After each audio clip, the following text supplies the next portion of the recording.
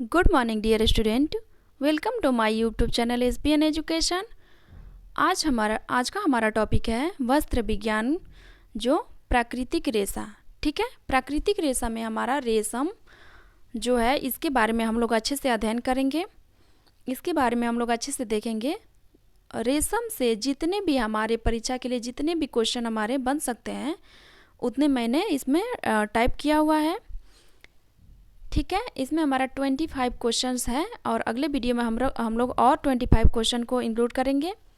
ठीक है, तो आप लोग अंत तक बने रहें और देखते रहें इसमें। ओके, और चैनल को सब्सक्राइब करें ताकि जो भी मैंने इसमें वीडियो डालें, जिस भी परीक्षा के लिए जो भी इम्पोर्टेंट क्वेश्चन इसमें डालें, तो आपके पास क्या हो, सबसे पहले पहुँचे और आप लोग इसका लाभ उठा सकें। ठीक है, ओके। और अगर अच्छा लगे तो इसे लाइक भी करें, और अगर किसी को ज़रूरत हो ऐसा वीडियो का तो उसके पास शेयर भी करें। ठीक है, क्योंकि बिल्कुल फ्री में यहाँ पे पढ़ाया जा रहा है, बिल्कुल फ्री में, टॉपिक वाइज सिलेबस वाइज पूरा अच्छे से कवर किया जा रहा है। ठीक है, तो आइए हम लोग अपने टॉपिक पे चलते हैं। जो रेशम है, रेशम का जन्मदाता। ठीक है, सबसे पहले हम लोग यही जानेंगे कि रेशम का जन्मदाता यानी इसका जन्म कहाँ से हुआ। जो रेशम के जन्मदाता है, रेशम का जन्मदाता जो है चीन को माना जाता है। ठीक है, ऐसा माना जाता है कि चीन की जो महारानी थी, चीन की महारानी शी लिंगची। ठीक है, चीन की जो महारानी थी शी लिंगची। ठीक है, चीन की महारानी शी लिंगची ने क्या किया, एक बार अपने बागान में बैठकर, ठीक है, अपने बगीचे में बैठ करके क्या कर रही थी, चाय पी रही थी। ठीक है, जो चीन की महारानी थी शी लिंगची, उन्होंने अपने बगीचे में बैठ करके चाय पी रही थी। तो क्या हुआ, ऊपर से कुछ लटका हुआ ऐसे रेसे टाइप का, मतलब कुछ ऐसे धागे नुमा कुछ लटका हुआ उन्हें दिखाई दिया। तो क्या किए, उसे तोड़ करके अपने चाय में बची हुई जो चाय थी उसमें डाल दी। ठीक है, डाली तो उसके बाद क्या हुआ कि जो उसमें चाय में, गर्म चाय में जब वो चीज़ें पड़ी, वो जो धागे नुमा था वो पड़ा, तो क्या हुआ कि वो अविरल सा चमकदार क्या हुआ, प्रतीत हुआ। ठीक है, अविरल सा चमकदार प्रतीत हुआ। तो उसने इसे देखा, एकदम मुलायम सुनहरा सा चमक रहा था। तो फिर उन्होंने कुछ और उसमें का तोड़ करके अपने चाय में डाला। तो ऐसा करते करते उनके दिमाग में ये आया कि अगर ये चीज़, ये रेशम टाइप, मतलब कुछ धागे टाइप का ऐसा इसमें पड़ने के बाद, गर्म चीज़ों, गर्म चाय में या गर्म पानी में पड़ने के बाद ये चमकदार हो जा रहा है, तो क्यों नहीं इससे हम लोग क्या करें, अगर इससे वस्त्र बनाया जाएगा तो ये कितना अच्छा होगा। ठीक है, ऐसा उन्होंने सोचा कि इससे अगर वस्त्र बनाया जाएगा तो ये कितना अच्छा होगा। ठीक है, तो तभी से क्या हुआ, हमारा सबसे पहले उन्होंने ही इसका वस्त्र बनाया। ठीक है, तो इसीलिए जो शी लिंगची है, रेशम, जो चीन की महारानी शी लिंगची है, उनको रेशम की देवी कहा जाता है। ठीक है, क्योंकि उन्होंने ही रेशम को सबसे पहले, रेशम का आविष्कार किया। ओके, रेशम की रानी यानी रेशम की जो देवी होती है, देवी कहा जाता है। ठीक है, शी लिंगची को रेशम की देवी कहा जाता है। ओके, ठीक है, शी लिंगची को रेशम की देवी माना जाता है और रेशम का जन्मदाता चीन है। ओके, रेशम का जन्मदाता चीन है और रेशम की जो रानी है उसे, शी लिंगची को रेशम की रानी, रेशम की देवी और वस्त्रों की रानी को रेशम माना जाता है। रेशम को क्या किया जाता है, वस्त्रों की रानी और वस्त्रों का राजा रेशम को माना जाता है।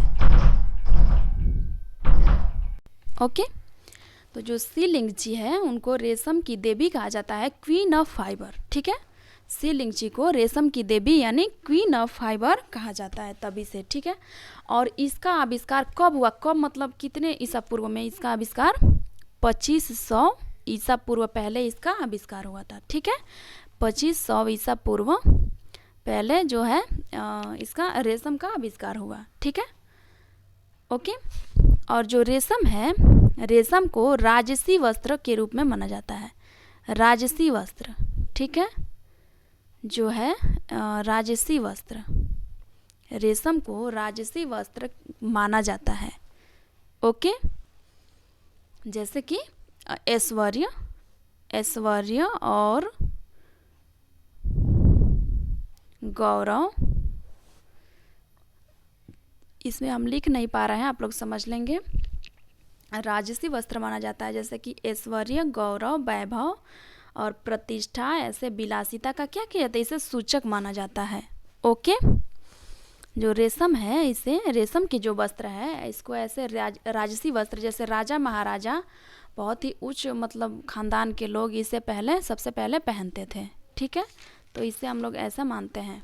ओके, और अब हम लोग ये जानेंगे जो वर्तमान समय में है। पहले तो हम लोग जान लिए कि चीन जो है इसका उत्पादक देश है। ठीक है, यानी चीन में सबसे पहले रेशम का आविष्कार हुआ, यानी इसका उत्पादन किया। ठीक है, और वर्तमान में हम लोग जानेंगे कि वर्तमान में जो है सबसे पहला स्थान जो है रेशम का उत्पादक क्षेत्र कौन सा है, पहले स्थान पे कौन सा है।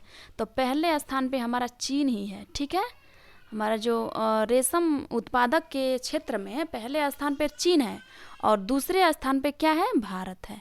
ठीक है, अपना भारत भी कम नहीं है। ठीक है, जो पहले स्थान पे चीन है और दूसरे स्थान पे भारत है रेशम उत्पादक के क्षेत्र में। ओके, हमारा इतना क्लियर हुआ। ठीक है, अब हम लोग कुछ जानेंगे, अब हम लोग जानेंगे कुछ इसके पुराने नाम, यानी रेशम के जो पुराने नाम, प्राचीन नाम कौन कौन से हैं। रेशम के कुछ प्राचीन नामों के बारे में हम लोग जानेंगे। पहला है केटजा।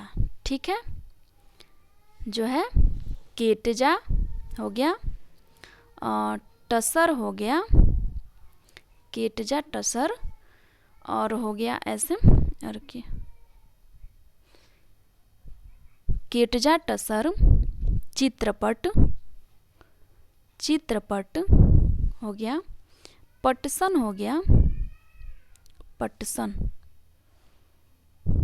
पटसन आदि था। ठीक है, जो हमारा रेशम का कुछ प्राचीन नाम जैसे हैं केटजा, पीताम्बर, टसर, चित्रपट और पटसन। ठीक है, ये हमारा क्या हुआ, रेशम का प्राचीन नाम हो गया। ओके, तो रेशम जो हमारा है वो रेशम के कीट पालन इससे संबंधित है। कीट पालन यानी कीट यानी जानवर, क्या बोलते हैं, जानव रेशा, जानवर रेशा। ठीक है, ये जानव जगत से, प्राणिज जगत से प्राप्त फाइबर है। ठीक है, जो रेशम है ये प्राणी जगत से प्राप्त रेशा है। ओके, और जो अब ये जाहिर सी बात है कि ये जब इसकी खेती होती है, यानी जो रेशम की खेती होती है, तो रेशम की खेती ऐसे तो हम लोग आम भाषा में बोलेंगे नहीं कि रेशम की खेती होती है, ऐसा मतलब ठीक है रेशम की खेती होती है, लेकिन उसका कोई यूनिक नेम तो होगा ना। ठीक है, तो इसका यूनिक नेम है सेरीकल्चर। ठीक है, सेरीकल्चर जो हमारा है वो है रेशम की खेती से संबंधित है। ठीक है, जो रेशम की खेती होती है, रेशम की खेती से संबंधित है हमारा सेरीकल्चर। और ये क्वेश्चन केवल होम साइंस में ही नहीं पूछा जाता है, ये बहुत से पेपर में क्या होता है, पूछा जाता है। जो हमारा है सेरीकल्चर किससे संबंधित है, तो पेपर में आता है ऑप्शन में रेशम की खेती से, रेशम कीट पालन से। तो यही हमारा जो है रेशम की खेती जो होता है उसे सेरीकल्चर के नाम से हम लोग जानते हैं। ठीक है, ओके, तो अब हम लोग जानेंगे कि रेशम की जो खेती होती है वो कैसे होती है, कैसे उसकी जो भी प्रक्रिया होती है इसके बारे में हम लोग जानेंगे अच्छे से। तो रेशम के जो कीड़े होते हैं उसको पाला जाता है। ठीक है, सबसे पहले हम लोग जानेंगे कि रेशम की जो कीड़े होते हैं उसका नाम होता है बाम्बेक्स मोरी। ठीक है, बाम्बेक्स मोरी, जो रेशम के कीड़े होते हैं उसका नाम होता है बाम्बेक्स मोरी। ओके, ठीक है, रेशम कीट पालन को हम लोग क्या कहते हैं, सेरीकल्चर कहते हैं, और रेशम के जो कीड़े होते हैं उसका नाम होता है बाम्बेक्स मोरी। ओके, अब हम लोग ये जानेंगे जो रेशम के जो कीड़े का जो जीवन काल होता है, रेशम के जो कीड़े होते हैं उसका जीवन काल जो होता है वो कितने दिनों की होती है। ठीक है, जो रेशम के कीड़े होते हैं उसका जीवन काल जो होता है, जीवन चक्र, वो कितने दिनों तक जीवित रहते हैं।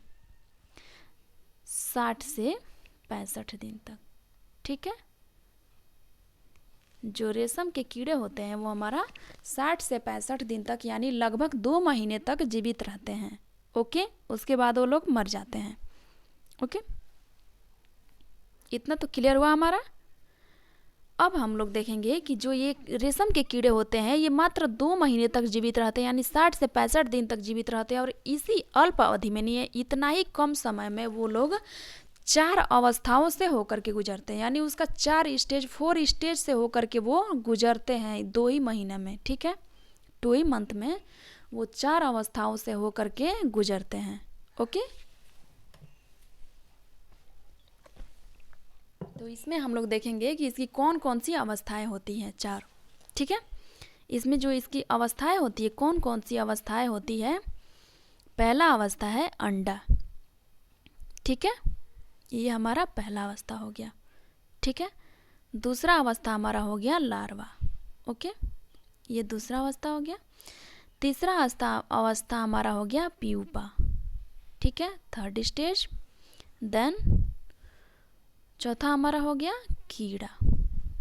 ओके, ये 4 स्टेज हो गया। ठीक है, अंडा, लार्वा, प्यूपा, देन कीड़ा। ओके, तो इसको हम लोग कैसे याद रखेंगे, ये हमारा बार बार भूलता है। ठीक है, भूल जाता है कि पहले लार्वा हुआ, पहले प्यूपा हुआ, पहले अंडा हुआ, ये हमेशा मतलब पूछा जाता है। ये ज़्यादा नेट के एग्ज़ाम में और फिर इसमें जीआईसी प्रवक्ता में पूछा गया है कई बार। ये क्वेश्चन हमारा टीजीटी पीजीटी में पूछ देता है कि इसका मतलब सीरीज पूछ देता है कि ये कैसे होगा, मतलब कैसे इसके जो उत्पत्ति होती है, इसकी किन किन अवस्थाओं से होकर गुजरता है, इसकी सही क्या करें, क्रम लगाइए। तो ये हम लोग याद करने का एक ट्रिक है हमारा, अ ल प क। ठीक है, इस ट्रिक को हम लोग याद रखेंगे, अ ल प क। ठीक है, अ अंडा, ल लार्वा, प प्यूपा, क कीड़ा। ठीक है, अ ल प क, अंडा, लार्वा, प्यूपा, देन कीड़ा। ठीक है, यही इसका अवस्था हो गया 4 स्टेज। ठीक है, जो कीट होता है, कीड़ा होता है, बॉम्बेक्स मोरी होता है, वो 2 मंथ में यानी 60 से 65 दिनों में 4 अवस्थाओं से होकर के गुजरता है। जो अवस्था है अंडा, पहले अंडा बनता है, अंडा जो वो एडल्ट जो बॉम्बेक्स मोरी होता है वो अंडा देता है, और वही अंडा क्या होता है, फिर लार्वा बनता है, फिर प्यूपा बनता है, फिर कीड़ा बनता है। ठीक है, 4 अवस्था से होकर के गुजरता है। ओके, अब हम लोग देखेंगे जो ये होता है, जो रेशम के कीड़े होते हैं वो खाते क्या हैं। वो क्या खाते हैं, रेशम के जो कीड़े होते हैं वो खाते हैं शहतूत की पत्तियाँ। ठीक है, शहतूत की पत्तियाँ खाते हैं, मालबेरी लीफ, इसको हम लोग मालबेरी लीफ भी कहते हैं। मालबेरी शहतूत का मतलब मालबेरी भी होता है, कहीं कहीं ये भी दिया रहता है। तो आप लोग ये भी जानें कि शहतूत की पत्तियाँ खाते हैं, मालबेरी लीफ को खाते हैं। ठीक है, और वो किस स्टेज में खाते हैं, लार्वा के स्टेज में। ओके, पहले जो एडल्ट जो होता है, एडल्ट क्या बोलते हैं, ये बॉम्बेक्स मोरी होता है, वो अंडा देता है, और एक बार में वो कितना अंडा देता है ये भी हम लोग जानेंगे। जो एडल्ट जो मतलब बॉम्बेक्स मोरी होता है वो अंडा एक बार में कितना देता है, 2400 से 2600 तक एक बार में वो अंडे देता है। ठीक है, 2400 से 2600 तक इतना वो एक बार में अंडे देता है। और वो अंडा क्या करता है, कुछ दिन बाद जब वो लार्वा में कन्वर्ट होता है, जब वो लार्वा बनता है, उसी टाइम वो क्या करता है, शहतूत की पत्तियों को खाता है। ठीक है, शहतूत की जो पत्तियाँ होती है, ऐसे ऐसे पत्ती हो गई, इस पर वो कीड़ा रहता है, कीड़ा ऐसे हो गया, ये कीड़ा हो गया, इसके 2 ऐसे सूंड टाइप का निकला होता है, सूंड टाइप का, ये इसका मुख है, 2 सूंडी। ठीक है, और ये लार्वा बन गया, और लार्वा क्या करता है, पूरे पत्तियों को धीरे धीरे खा करके पूरा ख़त्म कर देता है। ठीक है, पूरे पत्तियों को खा लेता है, उसके बाद वो प्यूपा में कन्वर्ट होता है। ठीक है, प्यूपा में वो कन्वर्ट हो जाता है, और प्यूपा में कन्वर्ट होने के बाद होता है, फिर वो क्या करता है, जितनी भी वो खाया रहता है, जितनी भी वो पत्तियों को खाया रहता है, वो पत्तियाँ क्या करता है, वो उस टाइम वो पचाता है, यानी वो लार के टाइप, लार अपने 2 ये जो अभी हमने बनाया इसमें, ये सुंडी इसका जो दो है, यही इसका मुख है और इसमें छिद्र होता है, 2 छिद्र होता है और इसी छिद्र से क्या होता है, लार निकालता है। जो शहतूत की पत्तियों खाया रहता है वो लार बना करके इसमें निकालता है, जिससे क्या होता है, वो लार निकलता जाता है और इसके क्या करता है, लिपटता जाता है।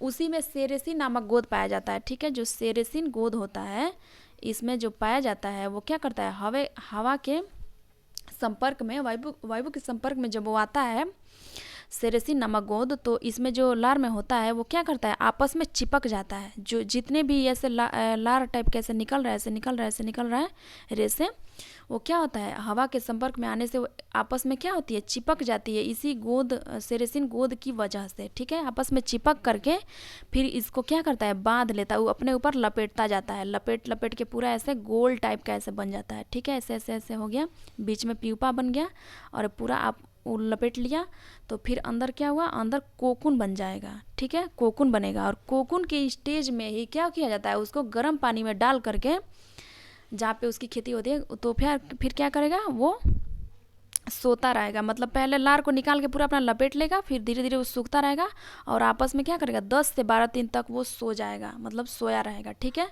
तो उसी स्टेज में क्या किया जाता है, कोकून बन जाता है और उसी स्टेज में हम लोग क्या करते हैं, उसे निकाल करके गर्म पानी में डाल दिया जाता है, जिससे हमें रेशे की प्राप्ति होती है। ठीक है, और जैसे ही गर्म पानी में डालेंगे तो कोकून क्या करेगा, मर जाएगा। ये जो अंदर कीड़ा है वो कीड़ा नहीं, एडल्ट नहीं बन पाएगा, जबकि वो क्या करेगा, मर जाएगा। ठीक है, उसकी डेथ हो जाएगी।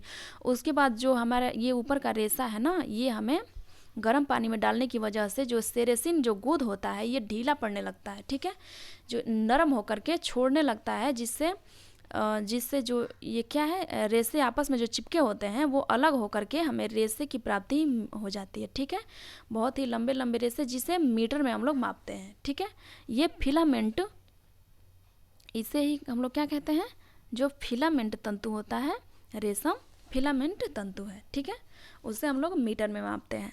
ओके, इतना तो हमारा क्लियर हो गया। ठीक है, क्लियर हुआ इतना। अब हम लोग क्वेश्चन की तरफ चलेंगे। जो क्वेश्चन हमारा है वो क्या कह रहा है। ठीक है, हमारा आज का जो पहला क्वेश्चन है, आज का जो हमारा पहला क्वेश्चन है वो है, सिल्क विज्ञान को क्या कहते हैं। जो सिल्क विज्ञान है उसे हम लोग क्या कहते हैं। एरीकल्चर, सेरीकल्चर, पीसीकल्चर और कॉलोनी कल्चर। सिल्क विज्ञान जो है, अभी हमने बताया कि बड़े पैमाने पर सिल्क की जो खेती होती है उसे हम लोग सेरीकल्चर के नाम से जानते हैं। ठीक है, तो हमारा जो पहला का बी है वो सही होगा। ठीक है, सेरीकल्चर। सिल्क विज्ञान यानी रेशम की जो खेती होती है, जो इसका अध्ययन किया जाता है, उसकी खेती की जाती है, उस पूरे प्रोसेस को हम लोग सेरीकल्चर के नाम से जानते हैं। ठीक है, जैसे होता है पीसी कल्चर, होता है बीटी कल्चर, होता है ये सब बहुत श्वेत ऐसे कल्चर होता है, बहुत सारी होती हैं, हर अलग अलग। तो उसी के अनुसार ये भी है, जो रेशम कीट पालन का जो खेती किया जाता है उसे हम लोग सेरीकल्चर के नाम से जानते हैं। ठीक है, तो बी हमारा क्या होगा, राइट होगा। ओके, हमारा अगला क्वेश्चन है, अगला क्वेश्चन जो हमारा है, रेशम के धागे उत्पादन के लिए जो कोकून के प्रसंस्करण के चरणों को क्या करना है, हमें सही क्रम में व्यवस्थित करना है। ठीक है, रेशम के धागे जब उत्पादन किए जाते हैं, यानी रेशम के धागे जब बनाए जाते हैं, उस टाइम जो कोकून होता है, कोवा या कोकून, उसके प्रसंस्करण यानी उसको बनाने में जो कितने चरणों से होकर के उसे गुजारा जाता है, इसके बारे में हम लोग को मतलब सही क्रम में बैठाना है, इसे व्यवस्थित करना है कि ये कौन कौन सा मतलब सबसे पहले क्या होगा। ठीक है, सबसे पहले हम लोग सॉर्टिंग करेंगे। ठीक है, सबसे पहले छटाई किया जाता है। ठीक है, सॉर्टिंग किया जाता है, देन रीलिंग किया जाता है। ओके, सबसे पहले जो है छटाई करना यानी सॉर्टिंग करना, देन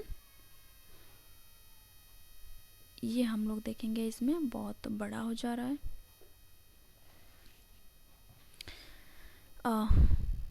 क्या अभी हमने बताया, छटाई करना, ठीक है, सॉर्टिंग करना, देन रीलिंग करना, देन थ्रोइंग करना, देन डिगमिंग करना, गोद छुड़ाना, देन कताई करना, देन भारण करना। ठीक है, अभी हमने जो बताया, सबसे पहले हम लोग क्या करेंगे, छटाई करना, ठीक है, सॉर्टिंग करना, उसके बाद रील बनाना, उसके बाद होगा थ्रोइंग करना, उसके बाद होगा कताई करना, उसके बाद होगा बी नंबर गोद छुड़ाना, डिमिंग करना, देन भारण करना। ठीक है, तो सबसे पहले हम लोग देखेंगे जो हमारा ऑप्शन है, ऑप्शन में सबसे पहले ई नंबर, यानी हमने छटाई करना सबसे पहले रखा था, तो ई नंबर हमारा किस ऑप्शन में है ये हम लोग देखेंगे। ठीक है, ये हम लोग देखेंगे कि सबसे पहले ए बी सी डी जो दिया है इसमें ऑप्शन में, तो सबसे पहले यानी ए नंबर में सबसे पहले स्थान पर ई जो है किस में आया है, सी में आया है। ठीक है, सी में सबसे पहले ई आया है, तो हमारा ई क्या होगा, और हम लोग कुछ नहीं देखेंगे, बस जो है उसको पहला देख लिया और किसी भी ऑप्शन में ई नहीं है, तो हमारा क्या होगा, सी राइट होगा। ओके, ठीक है, अगला क्वेश्चन हमारा है, अगला क्वेश्चन हम लोग अगले क्वेश्चन की तरफ चलते हैं। 3 नंबर जो हमारा क्वेश्चन है वो है फिलामेंट कोर्स डिपियन नाइल किसके प्रकार है। अभी हमने बताया जो फिलामेंट तंतु होते हैं वो रेशम होते हैं। ठीक है, रेशम के प्रकार फिलामेंट तंतु। ओके, रेशम जो होता है वो मीटर में मापते हैं हम लोग, यानी लंबी रेशा जो लंबा होता है जिसे मीटर में मापते हैं वो फिलामेंट होता है। ठीक है, और जो जिसे मिलीमीटर में यानी सेंटीमीटर में मिलीमीटर में मापते हैं वो क्या होता है, हमारा स्टेपल तंतु होता है। ठीक है, तो कपास की क्या होती है, छोटी छोटी तंतुएं होती हैं, वो स्टेपल तंतु है। उल हमारा और भी छोटा तंतु है, यानी ये भी स्टेपल तंतु है। लिनन भी हमारा क्या है, स्टेपल तंतु है। लिनन जो हमें है फ्लैक्स के पौधे के तने से प्राप्त रेशा है, जो बहुत ही छोटे होते हैं, छोटे छोटे यानी स्टेपल तंतु है। ठीक है, एक रेशा ही ऐसा है, रेशम जो होता है, रेशम यानी सिल्क है, वो फिलामेंट तंतु है। ठीक है, ओके, प्राकृतिक जगत का एक ऐसा रेशा जो रेशम है वो फिलामेंट तंतु है। ओके, और कोर्स डिपियन नाइल ये सब रेशम के क्या है, प्रकार है। ठीक है, डी हमारा राइट होगा। अगला क्वेश्चन है हमारा, प्रोटीन जो कच्चे रेशम में होता है। अभी हमने बताया प्रोटीन जो कच्चे रेशम में क्या होता है, हमें प्रोटीन मिलता है। ठीक है, प्रोटीन जो रेशम में होते हैं हमें प्रोटीन, रुकिए बेटा, कच्चे रेशम में प्रोटीन पाया जाता है। ठीक है, और प्रोटीन का नाम क्या है, फेरेटिन, फाइब्रिन, एल्ब्यूमिन और ग्लोबुलिन। ठीक है, तो जो प्रोटीन होते हैं उसका नाम होता है फाइब्रिन। ठीक है, जो रेशम में हमें फाइब्रिन नामक प्रोटीन मिलता है और सेरेसिन नामक गोंद, अभी हमने बताया। ठीक है, तो इससे हमारा क्या होगा, आसान हो जाते हैं क्वेश्चन करना। पहले अगर हम लोग उसके बारे में जान लें फिर क्वेश्चन करें तो हमें क्या होता है, आसानी होती है। ठीक है, और हमेशा के लिए याद भी हो जाता है। ओके, अगला क्वेश्चन हमारा है 5 नंबर क्वेश्चन, रेशम कीट के कपड़े पर कौन सी विशेष परिसज्जा उपयोग की जाती है। रेशम कीट के जो कपड़े बनाए जाते हैं, यानी रेशम के जो कपड़े बनाए जाते हैं, जो गारमेंट्स बनाए जाते हैं, उस पर विशेष प्रकार की एक परिसज्जा की जाती है। ठीक है, और वो कौन सी है ये बताना है, कार्बोनाइजिंग, वेटिंग, सेंपोराइजिंग और टेटरिंग। तो ये हम लोग जानेंगे सबसे पहले कि ये विशेष प्रकार की जो परिसज्जा है वो क्या है, क्यों ये कह रहा है कि विशेष प्रकार की परिसज्जा है। तो ये हम लोग जानेंगे जो रेशम के जो कपड़े बनाए जाते हैं वो अत्यंत हल्के होते हैं। ठीक है, मतलब इतने हल्के होते हैं कि पहनने लायक नहीं होते, मतलब बहुत ही हल्के कपड़े होते हैं। ठीक है, तो उसमें थोड़ा सा वजनी करने के लिए, ठीक है, वजनी करने के लिए हमें कुछ घोलक का प्रयोग किया जाता है। ठीक है, तो उसी को हम लोग वेटिंग कहते हैं, वजनी करने के लिए। ठीक है, वजनी यानी थोड़ा सा वेट में आ जाए, इसके लिए कुछ घोलक का प्रयोग करते हैं और उसी प्रक्रिया को हम लोग वेटिंग प्रक्रिया कहते हैं और उसी को हम लोग विशेष परिसज्जा के रूप में दर्शाते हैं। ठीक है, रेशम के जो कपड़े बनाए जाते हैं उसमें जो विशेष प्रकार की परिसज्जा की जाती है वेटिंग परिसज्जा होती हैं। ठीक है, समझ गए इतना। ओके, अगला क्वेश्चन है हमारा 6 नंबर जो हमारा क्वेश्चन है, रेशमी कपड़ों पर लगे दाग धब्बों को छुड़ाया जा सकता है। रेशमी जो कपड़े होते हैं उस पर जो लगे दाग धब्बे होते हैं उसको छुड़ाने की जो विधि होती है, कौन सी विधि होती है? अवशोषक विधि, घोलक विधि, रासायनिक विधि और इनमें से कोई नहीं। तो घोलक विधि तो हमारा हो गया विशेष प्रकार की परिसज्जा करना। रासायनिक विधि तो हम रेशमी कपड़ों पर करते नहीं हैं, तो हमारा क्या होगा? अवशोषक विधि होगा। ठीक है, जो हमारा शुष्क धुलाई होता है, अवशोषक विधि होती है यानी ड्राई क्लीनिंग होती है, उसके द्वारा हम लोग रेशमी कपड़े पर लगे दाग धब्बों को क्या करते हैं? छुड़ाने का कार्य करते हैं। ठीक है, सबसे अच्छा होता है कि हम लोग अवशोषक विधि के द्वारा, सूखी धुलाई के द्वारा हम लोग रेशमी कपड़ों पर जो भी दाग धब्बे लगे हैं उसको छुड़ाएं। ओके, तो हमारा क्या होगा? ए राइट होगा। अगला क्वेश्चन है हमारा 7 नंबर, रेशम के कीड़े की सबसे निष्क्रिय अवस्था कौन सा होता है? रेशम के जो कीड़े होते हैं उसकी सबसे निष्क्रिय जो अवस्था होती है वो कौन सी होती है, ये हमें बताना है। ठीक है, प्यूपा होता है, लार्वा होता है, कोकून होता है या कीड़ा होता है? ठीक है, बताएंगे आप लोग कि इसमें जो है वो कौन सा होता है। ठीक है, अभी हमने बताया अभी जब हम इसका डिफाइन कर रहे थे तो उसमें बताया कि जो अंडा होता है, अंडा उसके बाद वो लार्वा बनता है। ठीक है, और लार्वा के स्टेज में वो क्या करता है? शहतूत की पत्तियों को खाता है। ठीक है, शहतूत की पत्तियों को लार्वा खाता है, उसके बाद वो प्यूपा बनता है, अंदर वो अपने आप को बंद कर लेता है, ऊपर से वो क्या करता है? वो लार निकाल करके पूरा वो धागे नुमा लपेट लेता है। ठीक है, लपेटता जाता है। उसके बाद वो कोकून का जन्म होता है, उसका कोकून बनता है, और कोकून क्या करता है? 8 से 10 दिन तक वो सो जाता है। ठीक है, वो सोया रहता है अंदर, और सबसे निष्क्रिय अवस्था में कोकून को ही माना जाता है। ठीक है, कोकून क्या करता है? सबसे निष्क्रिय अवस्था में रहता है। ठीक है, 10 दिन तक वो निष्क्रिय होकर सो जाता है, इसी अवस्था को हम लोग कोकून कहते हैं। और कोकून क्या करता है? सबसे निष्क्रिय अवस्था है रेशम के कीड़े के स्टेज में। ठीक है, ओके, तो हमारा कौन सा ऑप्शन सही होगा? C number. ठीक है, कोकून। ओके, कोकून हमारा सही होगा। अगला क्वेश्चन हमारा है 8 नंबर,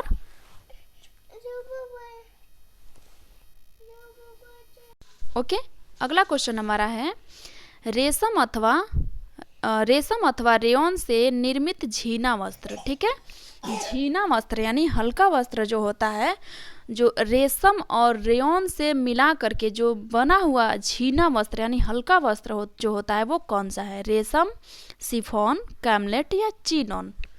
तो जो हमारा रेशम या रेयॉन से निर्मित झीना वस्त्र होता है वो हमारा शिफॉन का होता है। ठीक है, शिफॉन जो है रेशम अथवा रेयॉन से बना हुआ वस्त्र है। ओके, अगला क्वेश्चन है हमारा 9 नंबर, जो हमारा क्वेश्चन है, रेशम एक डैश डैश डैश रेशा तंतु है। रेशम एक कौन सा रेशा है ये बताना है। सेल्यूलोजिक है, खनिज युक्त है, प्रोटीन युक्त है या धातु युक्त है? तो सेल्यूलोजिक रेशा हमने बताया था, उसमें कपास, लिनन और जूट। ठीक है, खनिज युक्त रेशा जो है वो है जो जैसे नायलॉन हो गया, कृत्रिम रेशा जो हो गया, खनिज युक्त रेशा हो गया। ठीक है, मानव निर्मित रेशा। और जो ये प्रोटीन युक्त रेशा हमारा रेशम है। ठीक है, रेशम एक प्रोटीन से बना हुआ फाइबर है। ठीक है, प्रोटीन से बना हुआ रेशम जो है रेशम है। ओके, तो हमारा 9 का सी नंबर करेक्ट होगा। ओके, अगला क्वेश्चन है हमारा 10 नंबर, तंतु जिसकी पानी सोखने की क्षमता कम हो। कौन सा ऐसा तंतु है जिसकी पानी सोखने की क्षमता क्या होती है? कम होती है। नायलॉन, कपास, रेशम, ऊन। ठीक है, तो हमारा रेशम जो है इसमें पानी सोखने की क्षमता बिल्कुल कम होती है। ठीक है, रेशम एक ऐसा फाइबर है जिसमें पानी सोखने की क्षमता बहुत ही कम होती है। ठीक है, अगला क्वेश्चन है हमारा 11 नंबर, डैश डैश डैश रेशे बाल जलने की बदबू देते हैं। ऐसे कौन से रेशे हैं जो बाल के जलने की जैसे बदबू देते हैं। कहने का मतलब ये है कि जब ऐसे फ्लैक्स, प्रोटीन, नायलॉन और रेयन, तो इसमें हमारा होगा प्रोटीन। ठीक है, प्रोटीन रेसे। ठीक है, और प्रोटीन रेसे किस में पाए जाते हैं? इसमें ऊन में और किस में? रेशम में। ठीक है, सिल्क में और वूल में प्रोटीन पाया जाता है। और ये जब जलते हैं, रेशम जब जलते हैं तो जब जलते हैं तो क्या, कैसे वो उसमें से बू आती है? बाल के जलने जैसे। यानी बाल में हमारे जो प्रोटीन होता है, उसी तरह जैसे बाल जलते हैं तो जैसी बदबू आती है, वैसे अगर रेशम के कपड़े जलें तो हमें बदबू आती है। ठीक है, तो हमारा प्रोटीन राइट होगा। ओके, अगला क्वेश्चन है हमारा 12 नंबर। जंगली रेशम सूक्ष्म बीन के नीचे संवर्धित रेशम से भिन्न दिखाई देता है। जो जंगली रेशा होता है, ठीक है, रेशम दो प्रकार के होते हैं। एक होता है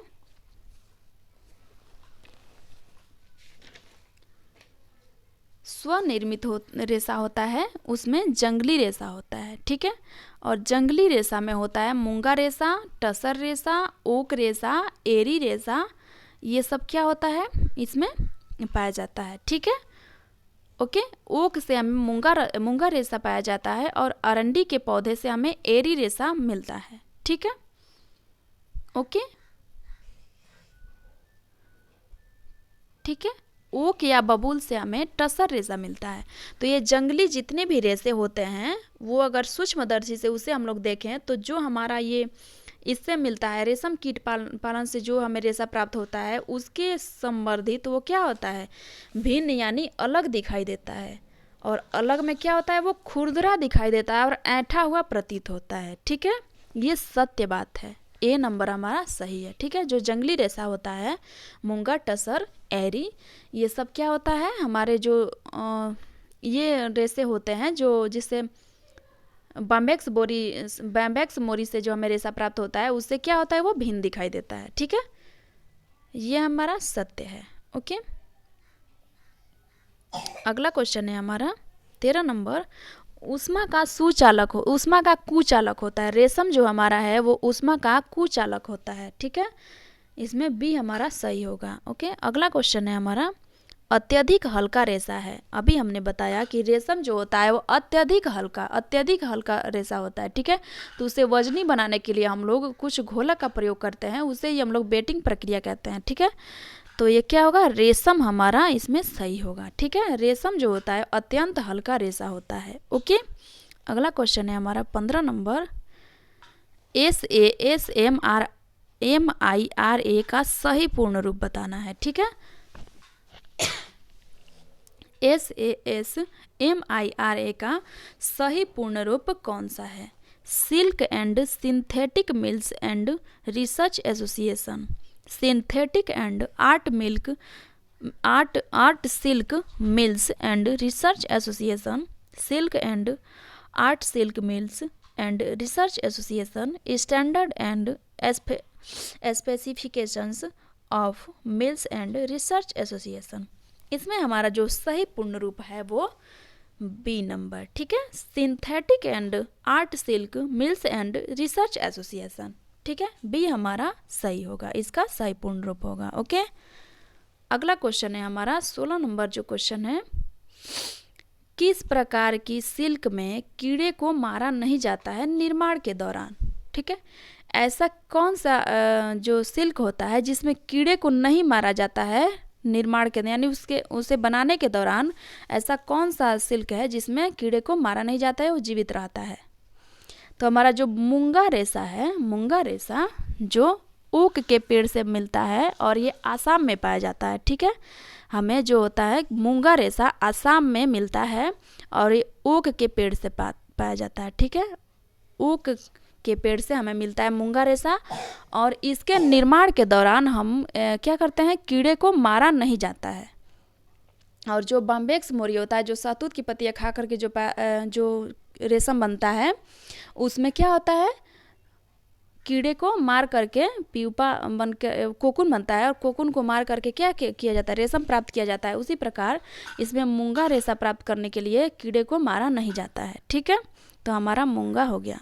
ए नंबर। ठीक है, अगला क्वेश्चन है,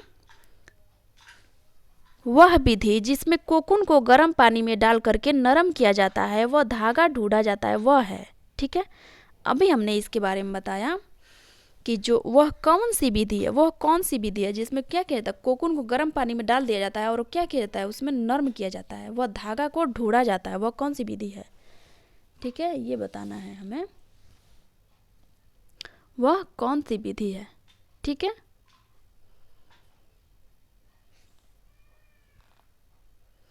जो थ्रोइंग विधि होती है, हम लोगों ने जब सही क्रम बैठा रहे थे तो उसमें थ्रोइंग विधि था। ठीक है, तो थ्रोइंग विधि जो है वही इसका मतलब सही आंसर होगा कि जब कोकून को गर्म पानी में डाल दिया जाता है और उसमें जो उसके सेरेसी नामक गोंद होते हैं वो नर्म होकर ढीला होकर क्या करते हैं, छोड़ने लगते हैं, उस टाइम वो क्या कि धागा को ढूंढ करके निकाला जाता है, वह जो प्रक्रिया होती है थ्रोइंग विधि होती है। ठीक है, ये हमारा राइट होगा।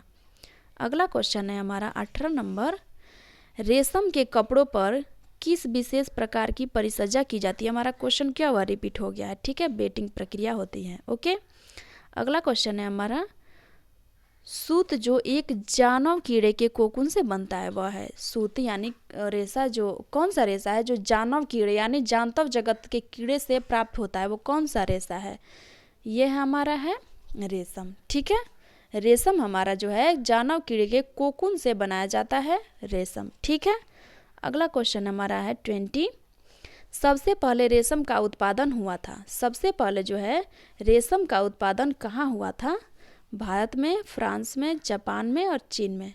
ठीक है, सबसे पहले हमने बताया कि चीन में इसका आविष्कार सबसे पहले हुआ था। चीन की रानी सी लिंगची ने इसका आविष्कार किया था। सी लिंगची को रेशम की रानी माना जाता है, रेशम की देवी बोला जाता है। ठीक है, और सबसे पहले हमें चीन में इसका उत्पादन हुआ था रेशम का। ठीक है, अगला क्वेश्चन हमारा है, रेशम के कीड़े का जीवन चक्र होता है लगभग। ठीक है, रेशम के कीड़े का जीवन चक्र होता है लगभग 24 से 30 दिनों तक, 37 से 63 दिनों तक, 71 से 80 दिनों तक या 90 से 120 दिनों तक। तो हमने बताया है कि जो इसका रेशम के कीड़े होते हैं उसका जीवन चक्र यानी उसकी समय अवधि होती है 37 से 63 यानी लगभग 2 महीने तक उसकी जीवन काल होता है। ठीक है, ओके, अगला क्वेश्चन है हमारा, रेशम है, रेशम कैसा रेशा है, प्राकृतिक रेशा है, कृत्रिम रेशा है, प्राकृतिक और कृत्रिम दोनों है, इनमें से कोई नहीं। तो जो हमारा रेशम है ये हमारा क्या है, प्राकृतिक रेशा है। ठीक है, प्राकृतिक रेशा है, ये हमारा रेशम जो है प्राकृतिक रेशा है। ठीक है, ए नंबर हमारा सही है। ठीक है, अगला क्वेश्चन है, एक तंतुक रेशा है, तो इसमें हमारा क्या होगा, नायलॉन, रेशम, कपास और पॉलिएस्टर। एक तंतुक रेशा, रेशम जो है एक तंतुक रेशा है। ठीक है, रेशम हमारा तंतुक रेशा है। ठीक है, अगला क्वेश्चन है हमारा, रेशम का कीड़ा जो होता है, रेशम का कीड़ा अपने जीवन चक्र में किस चरण में तंतु पैदा करता है, ये हमें बताना है। अंडा, डिम्बक, प्यूपा एंड पुड किट। जो रेशम का कीड़ा होता है बाम्बेक्स मोरी, वो किस स्टेज में यानी अपने जो 4 अवस्थाओं में से होकर गुजरता है, उसमें किस अवस्था में, किस चरण में, किस चक्र में क्या करता है, वो तंतु को यानी फाइबर को पैदा करता है, ये हमें बताना है। तो हमारा सी क्या होगा, राइट होगा। ठीक है, अभी हमने बताया था कि जो प्यूपा जब वो होता है अपने आप को अंदर बंद करके ऊपर से लार दोनों मतलब मुंह के दोनों छिद्रों से लार को निकाल करके खुद पर क्या करता है, लपेटता जाता है और सेरेसिन जो गोंद होता है उसके सहायता से हवा के संपर्क में आकर के वो चिपक आपस में क्या करता है, लार आपस में चिपक जाता है और चिपक करके बहुत सारे एक मतलब कोट टाइप का, ठीक है, वाइट यानी सफ़ेद प्रकार के कोट टाइप का क्या करता है, वो अपने आप को उसमें बंद कर लेता है। ठीक है, लपेट देता है। उसी टाइम क्या करता है, प्यूपा की अवस्था में ही वो क्या करता है, तंतु को पैदा करता है। ठीक है, यानी रेशे को बनाता है। ठीक है, सी हमारा राइट होगा। अगला क्वेश्चन और लास्ट क्वेश्चन। ठीक है, अंडे से कीड़ा बनने तक की अवस्था का कौन सा सही क्रम है, क्रम हमने बता दिया है आपको, आप लोग बताएंगे इसमें कौन सा हमारा ऑप्शन सही होगा। अंडा, प्यूपा, लार्वा कीड़ा, अंडा, प्यूपा, लार्वा, अंडा कीड़ा, प्यूपा अंडा लार्वा कीड़ा एंड अंडा लार्वा प्यूपा कीड़ा। हमने बताया आपको अ ल प क, इसका हमने ट्रिक बताया है अ ल प क, ठीक है। इसका ट्रिक जो बताया अ से अंडा, लार्वा, देन प्यूपा, देन कीड़ा, ठीक है। तो हमारा डी क्या होगा, राइट होगा, ठीक है। पहले अंडा बनेगा, फिर लार्वा बनेगा, फिर प्यूपा बनेगा, फिर कीड़ा बनेगा, ठीक है। और जब वो कोकून यानी कीड़ा जब कोकून बनता है, वो जब निष्क्रिय अवस्था में होता है, उस टाइम अगर हम लोग उसको मतलब जब उसे गर्म पानी में डालकर उसका रेशा नहीं निकाला जाता है तो क्या करता है, कुछ दिन के बाद जब वो सो करके उठेगा तो फिर क्या करेगा, उसको तोड़ देगा। जो जाल बना करके ऐसे कोट बना के रखता है अंदर, उस कोट को क्या करेगा, वो तोड़ देगा, ठीक है। तोड़ करके वो बाहर आ जाता है, ठीक है। बाहर आ करके वो फिर क्या करता है, एडल्ट के रूप में एडल्ट की प्रक्रिया करता है, फिर एडल्ट हो जाता है। उसके बाद वो फिर मीटिंग करके क्या करेगा, फिर अंडा देगा, ठीक है। फिर अंडा देगा, फिर वही देन क्या करेगा, प्रक्रिया होती रहती है, ओके। तो हमारा इसमें D is the right answer, okay, ठीक है। और आज हमारा इतना ही, 25 क्वेश्चन था, ठीक है। आज के लिए बस इतना ही। अब मिलते हैं अगले वीडियो में अगले टॉपिक के साथ, ओके। अगला टॉपिक हमारा रहेगा रेयॉन एवं नायलॉन, ठीक है। रेयॉन और नायलॉन से हमने क्वेश्चन को टाइप करेंगे अगले वीडियो में, ठीक है। आप लोग क्या करें, थोड़ा सा चैनल को सब्सक्राइब कर लें और इसे अगर अच्छा लग रहा है तो लाइक करें, अगर किसी को चाहिए तो शेयर भी कर सकते हैं, ठीक है। और thank you for watching this video, okay.